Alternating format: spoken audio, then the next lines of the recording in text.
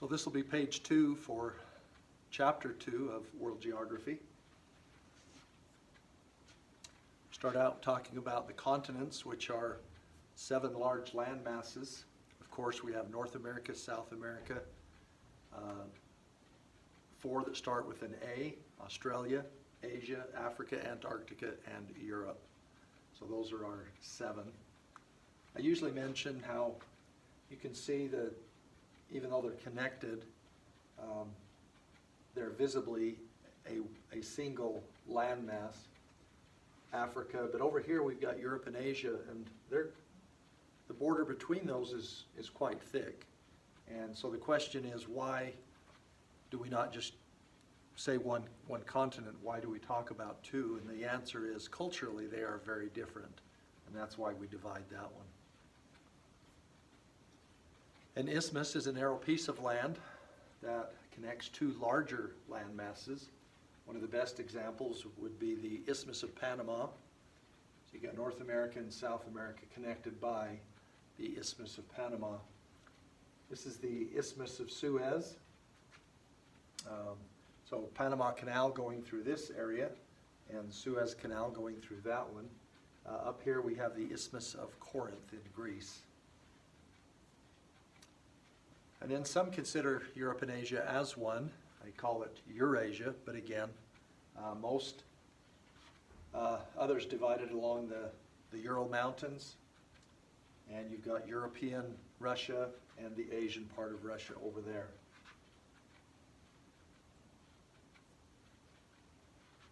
I want to mention something real quick. So the Ural Mountains is a really good dividing line between the 2. It's not very tall, it's only about 6,000 feet high. But as far as a mark to divide those 2, it's a great line. Okay, landforms, naturally formed features of the Earth's surface.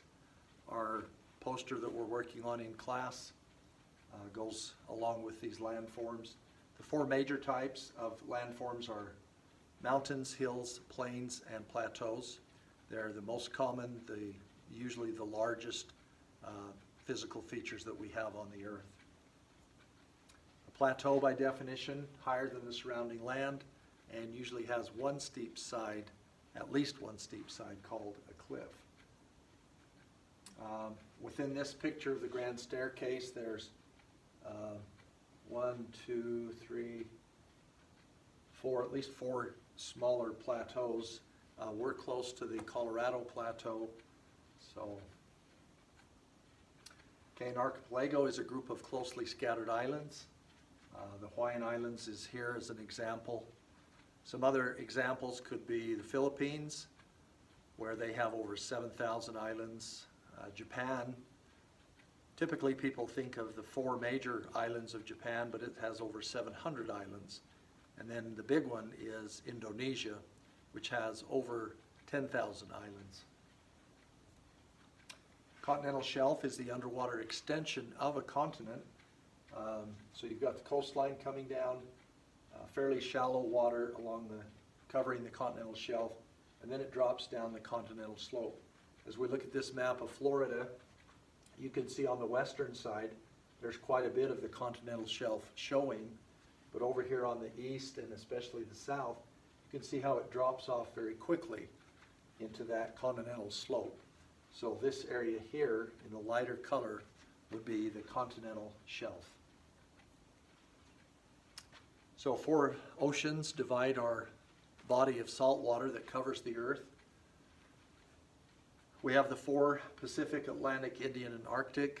I usually have the students write these in order of size, and they are listed in that order. So Pacific being the very largest, Atlantic, Indian, and Arctic being the smallest. Groundwater lies beneath the Earth's surface. It supplies wells and springs. It's held in the pores of rocks. It's part of the hydrologic cycle, which we'll mention on the final slide. And of the Earth's total water, again, there's an amazing amount of water, 70% of the surface.